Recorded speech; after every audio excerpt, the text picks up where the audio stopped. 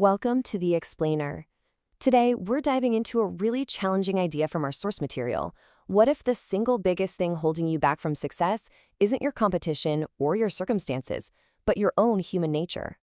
So let's start with a question that I'm pretty sure we've all asked ourselves. After a week goes by and you got nothing done, or you missed a huge opportunity, why does it so often feel like we're our own worst enemy? Well, the core argument here is pretty stark. Our minds are running on default programming that's dangerously out of date. The very instincts that kept our ancestors alive for thousands of years are now completely mismatched with the modern world. Okay, so let's really dig into this idea of our default operating system, what we usually just call human nature. What is this ancient software, and why is it causing so many bugs for us today? I mean, think about it. Our brains were hardwired for a world filled with immediate physical threats and constant scarcity. Instincts like craving fatty foods, conserving energy at all costs, and just following the tribe. Those were brilliant strategies for surviving a harsh environment. But today, those same survival instincts can be a massive liability. And this is where things get really interesting. Just look at the direct conflict on this slide. Our instincts are screaming at us to take the easy path, to grab the immediate reward, to stay safe in the middle of the herd. But think about any significant achievement today. In your career, your finances, your skills. It almost always requires the exact opposite, pushing through discomfort, waiting patiently for a bigger payoff, and sometimes taking a path no one else is on.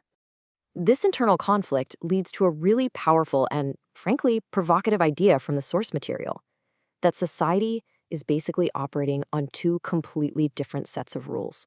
So the first rulebook is the one we all learn. It's about public morals, being agreeable, following your gut. The sources argue this is what keeps society stable. But then there's a second, hidden rulebook. This one is all about pragmatically going against your nature to achieve very specific, high-level goals. And the argument goes that the vast majority of people, let's say 99%, operate on that default, intuitive path. They follow their instincts for comfort and immediate pleasure, and that leads to a predictable, average life.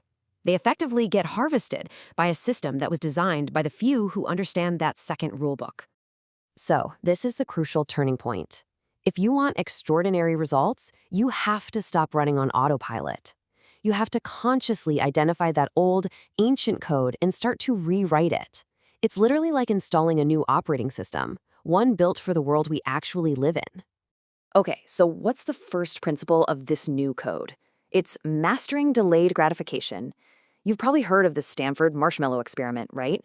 Where kids who could resist eating one marshmallow now in order to get two later, well, decades down the line, they had way better life outcomes. It's the perfect, simple example of this concept. And this quote just nails it. It shows you the outcome of that patience. It doesn't matter if we're talking about money in an account, knowledge in your head, or trust in a relationship. The most powerful forces in our lives are the ones that compound over time. And you simply can't access them if you always need the reward right now. The next principle means you have to totally flip how you think about difficulty. Our brains are designed to save energy. They love the comfort zone. But the sources are clear. Exceptional results and unique opportunities are never found in the crowded, easy fields. They're always out there in the wilderness, just beyond what feels comfortable.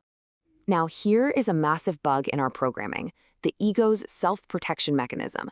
The second something goes wrong, our first instinct is to find an external reason. It's the market's fault. My coworker messed up. It was just bad luck.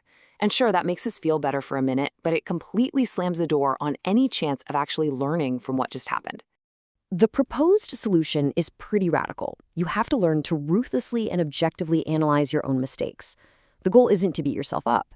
It's to separate your ego from the error so you can find the root cause of the failure, not just find something else to blame. All right, so this all sounds good in theory, but how do we actually put it into practice? Let's move to the toolkit. How do you take these counterintuitive ideas and make them part of your daily life? So our sources lay out a really clear set of habits. You eat the frog, do the hard thing first, to fight your instinct for comfort. You keep an error log to make analyzing your mistakes a system, not an accident. You go looking for negative feedback to fight your brain's natural tendency to only see what it agrees with. And you practice reverse thinking to avoid the dangerous comfort of herd mentality. And here's a fantastic tool for that error log, the 5 whys technique. It's so simple, but it's incredibly powerful. You just keep asking why to drill past all the surface level excuses. You might start with a symptom, like we missed the deadline, but by asking why 5 times, you get to the root cause, like I didn't account for any risks because my own optimism bias made me avoid thinking about what could go wrong.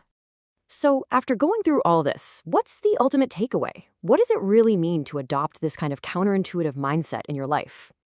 Well, the goal is absolutely not to become some cold, emotionless machine. It's actually about reclaiming control from those subconscious programs and knee-jerk impulses. It's about moving from being reactive to being truly strategic and in command of yourself. And this is such a critical insight. Don't just rely on willpower. It's a finite resource. It runs out. Instead, become an architect. Design your environment to support your goals. If you want to focus, don't just try to ignore your phone. Put it in another room. If you want to eat healthier, don't keep junk food in the house to begin with. Make it easy to do what you want to do and difficult to do what you don't.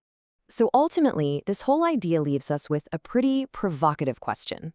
Think of it this way. Your ancient, powerful human nature is the horse. Your conscious, rational mind, that's the rider holding the reins.